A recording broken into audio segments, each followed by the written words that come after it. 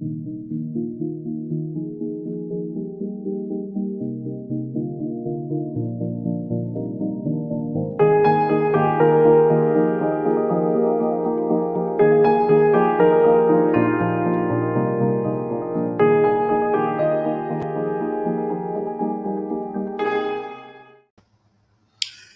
ladies and gentlemen. It's Ukrainian show on Pod TV. My name is Sasha Star, and today we have distinguished guests. Dr. Jonathan Lockwood, welcome to the show, Jonathan. Thank you, Sasha. Glad to be here. And Ivan Kucherenko from Kyiv, Ukraine. Welcome to the show, Ivan. Hello, Sasha. Hi, Jonathan. Hello, everyone. Nice to be here as well. Okay, I'd like to explore a very interesting concept, which is, I can even claim as my brainchild. Now, I came to the conclusion, reading different materials and analyzing situation, that Ukraine has to change its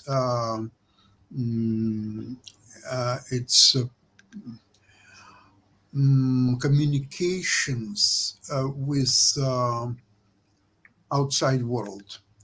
Speaking of which, I would like to mention that right now the Ukrainian slogan is that we want to free our territory from Russian occupiers. Okay, it raises several questions. What if Russia is stronger and therefore you will not be able to do it? Which borders are we talking about? 1991 or 2014, 15, and then there are questions about from history. Even Russian believes that there was never Ukraine at all. It was creature of Lenin and it was part of Soviet Union. It was not independent country and all that stuff. And there is a great discussion going around it or so on. And I think the message should be absolutely different. Right now, it's becoming obvious that it's not that Putin started this war and Russian people, they didn't have a choice or they had to follow their leader and so on. No, I came to the conclusion that Russians are supporting Putin. They really hate Ukrainians. They want to defeat and take over Ukraine, all Ukraine, not just these 4 territories in Crimea, all Ukraine. Now, why is it happening? It's happening because Russian people are slaves. Their predecessors were slaves. It going 1,000 years. If you take a history of Russia and Ukraine was part of Lithuanian and Poles, which are generally speaking, although in Lithuanian people spoke Russian, but yet it was a Western part of Western civilization, and Russia was part of Asian civilization. It's nothing. People are nothing but slaves, always were and still are. So they hate Ukrainians who refused to continue to be the same slaves as they are. Look, we are slaves. Here is our leader, dear Mr. Putin. You Ukrainians also have to be slaves as always, and you have to worship our hero, Mr. Putin. So Ukrainians' slogan in this case, in my opinion, has to be completely different. We are fighting for destroying slavery, and not only in Ukraine, but in Russia. We want to liberate all people, all of Ukraine and all of Russia from the slavery. If that's the case and you agree with me, then we're going a little bit farther than that. There is no war in the history of the world that the fight would be on just one territory of 2 countries that are in war. So the fight is only on one territory, but never on other country's territory. Even England, when it was bombarded by Germans and so on, they still were doing raids to Germany to inflict damage to Berlin and other cities. So who in his rightful mind has to say to Ukrainians, well, you can fight only on your own territory and do it, but you cannot go to your enemy's territory. No. Who says so? Who has rights to say to Ukraine, which is bleeding and suffering so much from the Russians, to say that no, you're not allowed to go and continue the war on the enemy's territories? Ivan, what do you think about it? Your turn. I agree with you. I agree with you, Sasha, and of course, in this war, Ukraine is defending, but despite the Russian troops, we have no way to withdraw because we are fighting on our territories. Russian troops can withdraw to Russia because they invaded Ukrainian territory. This is quite simple. And of course, we can defend just on our territory, but this will not inflict great damage to Russia because they have numerous military bases on their territory. They have military airfields which they use to bombard the Ukrainian territory. And their airplanes are not even going to Ukrainian air. They are striking Ukrainian territory from the Russian-controlled air and from the Russian territory. And how we can defend successfully if we are not taking Russian territory, and if we have no possibilities to attack Russian territory. Luckily, Ukrainians have their own weapons, which we use to strike military objects on the Russian territory. You've seen the successful attacks on the Russian military objects, on the oil bases, and on the naval base in the Novorossiysk, which Russia considered to be safe for their military boats and for their fleet to hide there as well. But if we will use only our own weapons to strike Russian territories in order to defend ourselves, then this can take much longer time. And of course, we need support and we need assistance from Western partners to use the weapons which they provide to us in order not to just to defend on our own territory, but also to prevent Russia from sending more troops, more missiles, more airplanes to the Ukrainian territory as well. And they are much more vulnerable on the Russian territory, actually, because they've brought all their anti-air defense to the battlefield. Their military bases in Russia are uncovered, and successful Ukrainian attacks when we use drones to attack the military objects deep in the territory of Russia show us that they don't have any significant forces and any significant air defense systems to protect their own sky, like the sky over the Moscow, for instance.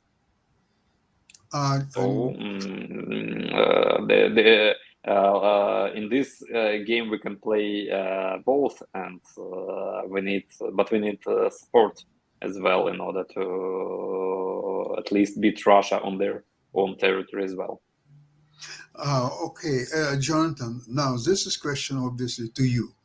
Uh, I'm impressed, as probably most of the people, with the job what Ukrainians are doing to weaken Russian defense, to probe them from left and right and all different directions. So first of all, Russian cannot guess where the major attack will happen. At the same time, Ukrainians are saving a lot of lives of their soldiers instead of going a frontal attack against the minefields and all this Russian fortifications and so on. But I was wondering, the places like it already was discovered inside of Russia, starting from Belgorod, Bryansk, and many others. There are no minefields, no fortifications, absolutely nothing. And Ukraine can attack these places as much as they want, with almost without any resistance. And it was already experienced at that. Jonathan, wouldn't be prudent for Ukrainians to continue to probe all the Russian fortifications, enormous fortifications? There is no army in the world, probably including US, that could start a frontal attack against this type of fortifications and minefields without superiority or even parity in the air. So what's your take, Jonathan? Well, my take is that the Ukrainians are prudently continuing to probe and hold the initiative as much as possible with their cautious counteroffensive, all the while keeping in mind they're also conducting deep attacks to the best of their ability, also to distract the Russians and to show if the Russian people are as much behind this war as you claim they are, then it is imperative for the Ukrainians to make the Russian people pay a price for their support of this war, which necessitates the deep attacks as much as possible. And hopefully the deep attacks will become more effective as Ukrainians acquire more advanced weaponry from the West. The thing is, as I've been arguing all along, the decisive battle, the decisive act in this war will be the severance of the supply line between Crimea and Russia, between the Crimean Peninsula and Russia. That is the decisive point. And once that occurs, that is a major operational defeat for the Russian army and for Russia as a whole. And that is Zelensky will have achieved a major political objective in the Crimean War, not just repelling the Russian invasion, but taking back the Crimea, which flies in the face of what Putin would want to have anyway. And Putin claims that that's a red line, that he hints that this would provoke a nuclear response. Well, if he does that at this point, the Western experts say, well, Russia has the largest nuclear arsenal in the world. Well, technically, in numerical terms, yes, but it is not larger than the combined nuclear arsenals of NATO and the United States. If you take all the rest of the world's nuclear arsenals and you pit them against Russia, Russia is inferior in that respect. They are not superior to the entire rest of the world put together.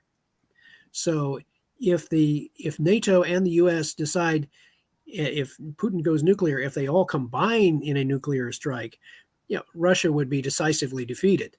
And it is an open question as to how much of their nuclear arsenal would actually make it through in response to Western targets. That's a great uncertainty. Yeah, if Putin actually does dare to unleash a nuclear attack of any scale on Ukrainian territory, let alone the West, then he is really rolling the dice. And that degree of uncertainty, I don't think even he can overcome.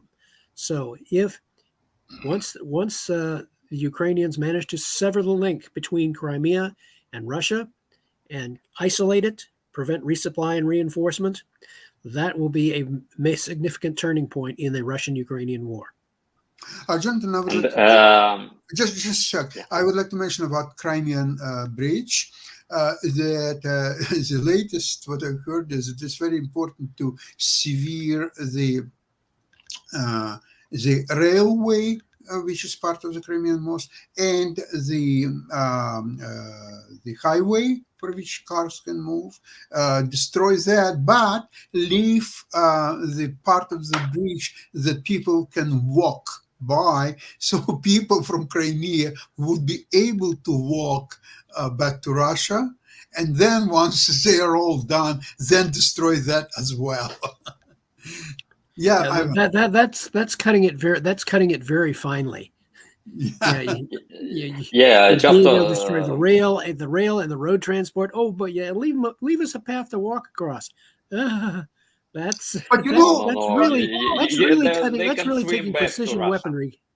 But you know what? I saw the picture, not Crimean bridge, but some other bridge. I forgot which one. When Storm Shadow went into the bridge right in the middle between two railway tracks. Right in the middle, those damaging both tracks on the left and on the right. That's yeah. I've actually we've already discussed that Western weapons are more precise, and this is obvious. They're more precise than the Russian ones. The Storm Shadows, the Scalp missiles, which were already long-range missiles, which were already provided to us by Great Britain and by France. They're quite precise. They're hard to destroy using the Russian anti-air defense systems. And it probably sounds a little bit like paradox, but they are more friendly and more safe for Russians themselves, because if those missiles are not destroyed by Russian anti-air defense, they will not fall on the heads of the Russians. They will just strike the military objects themselves. And in order to finish this, in order to be more successful in striking Russian military objects, we need more precise Western long-range missiles, like the German Taurus missiles, and the talks already have been held in Bundestag for provide Ukraine with those missiles, and like the ATACMS. It's just unclear why United States can provide us with ATACMS missiles, and of course we need F-16s in order to have an air superiority, in order to achieve our goals with cutting off Crimea. I've got a really nice video for today about Ukrainian pilots and how they're expecting the F-16s to come in the near future, so we can watch it. Yes, please, Ivan.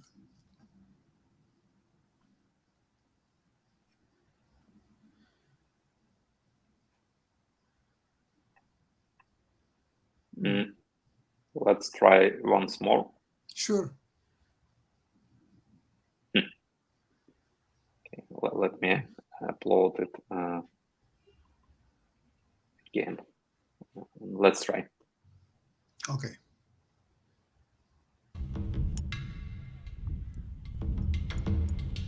Right now, behind my back, we can see the Ukrainian pilot and his MiG-29. They're getting ready for the takeoff for the combat mission. I can barely find words to describe how excited I am, because this is a very unique and rare footage, as Ukrainian Air Forces are one of the most secretive units in the armed forces of Ukraine in general. Prior to taking off, the pilots and technicians go through all the necessary checkups. Given the age of this jet and its excessive usage, it's vital to double-check the system. From the moment the pilot receives a command to eliminate a threat, it usually takes 8 to 12 minutes to get the jet up into the sky. On a heavy day, pilots can fly up to 6 sorties. However, each flight might be their last.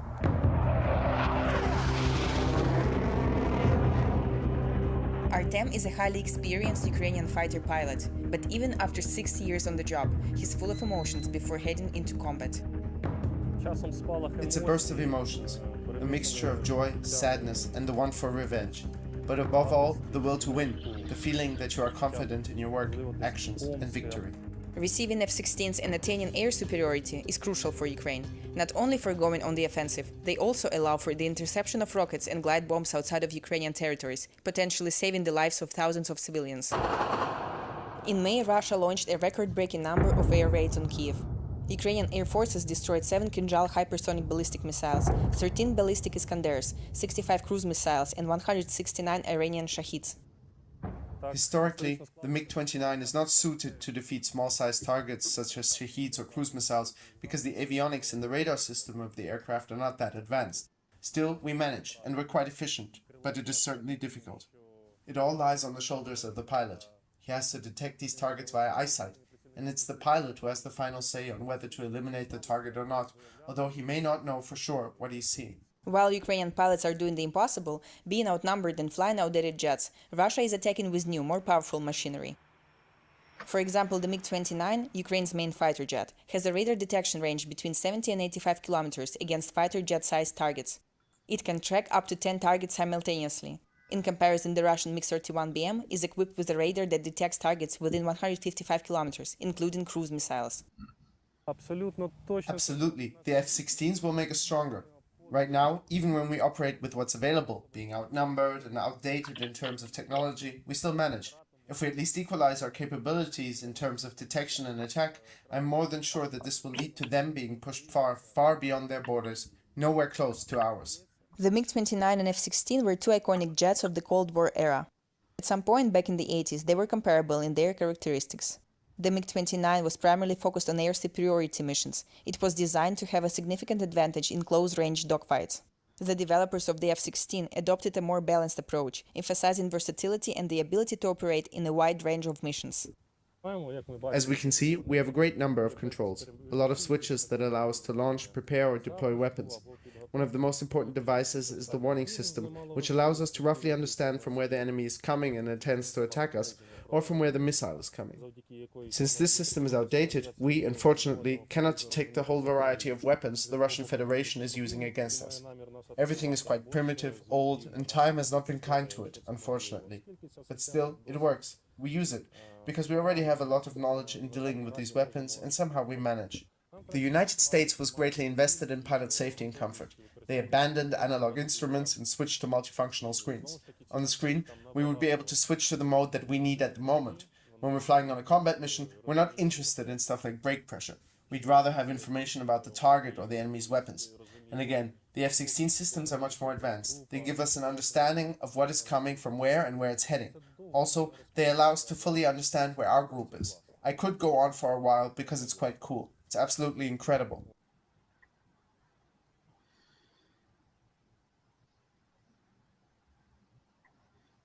Thank you, Ivan. Very, very interesting information. And I can see that ATACMS missiles, I think Ukraine will get very soon, because the Storm Shadow and the French missiles, they're so successful that they will line up for 10 years from all different countries to buy the systems. And ATACMS, US system, they don't want to lose the market to Europeans, so they have to hurry up and bring their product to get the serious test and to see whether they're as good as they claim. And so therefore they will market them all over the world, as it usually does. And same thing with F-16s. F-16s, frankly speaking, from what I understand, it's a yesterday's technology. These planes are in around 30, maybe even 40 years old. So there are much more advanced aircrafts in the United States, starting with the F-35 and so on. So it's about time to start getting rid of this F-16 fleet. Ukraine is the number one country to be considered to provide F-16s with. They can really, together with ATACMS missiles, they can easily change. I'm very sure about the ATACMS. It will come really soon, because I remember with tanks, the Germans, the English, they started to provide tanks, and then US followed the suit. Although Abrams are still not there, but at least it was authorized and so on. Probably same thing will happen with other accounts since Storm Shadows already supplied, already being so successful. I really see no reason as to continue to hold on to other accounts. However, everything is possible, and but I feel that it's a matter of weeks, maybe even days. Jonathan, what do you think? Well, the the rate at which these weapons, until those weapons are fed into and incorporated by the Ukrainian armed forces, and they are used to and know how to employ them, the Ukrainians will continue their cautious advance. And I note that they still have not committed the rest of their reserves simply because the moment is not there. And they are, my assessment is that they are waiting for the precise moment when they can commit those reserves along with the more advanced weaponry and create that operational breakthrough that will lead to the severance of Crimea from Russian resupply and reinforcement. And that will be the major operational victory that turns the tide decisively in favor of Ukraine. Now, it's an open question as to how long this is going to take. The Ukrainians do have a timeline, however. They do have a deadline. Yeah, they are fully aware of the potential of next year's presidential election to change the political outlook, and not necessarily in their favor. So they do, in a sense, they are operating against a deadline that they must decisively prove to the West that Russia cannot win this war, and that they should not be handed a political victory of any kind simply because it has proven more costly than Western powers would like to admit. Or I note that the number of the majority of now so-called Western experts on the Russian-Ukrainian war, they're all saying, oh, the Ukrainian counteroffensive is not as successful as expected, blah, blah, blah, blah, blah. Well, they're all gathering around and stating their opinion. And you got to remember that most of these people were just as wrong at the beginning of the war as they are now. they were expecting a rapid collapse of Ukrainian forces, and it didn't happen. And all of a sudden, okay, now they have to revise their opinion. Oh, now they're saying, oh, it doesn't look like it's moving as fast as it should be. Well, how fast do you think it should be moving? It's really a very subjective question. So if you're in the Ukrainian position, you don't want to be reckless. You do not want to be wasteful of your nation's resources. You want to time your punch like a skilled boxer, wear down the Russians as much as possible, and create that weakness. So when the weapons are available and you're ready to use them and you're ready to commit to your reserves, you can make that punch count and knock the Russians out of the war. Absolutely agree with you. Jonathan, there is another issue that I was concerned myself is with the keeping secret Ukrainian plans not to allow correspondence, especially from the West, but even from Ukrainian.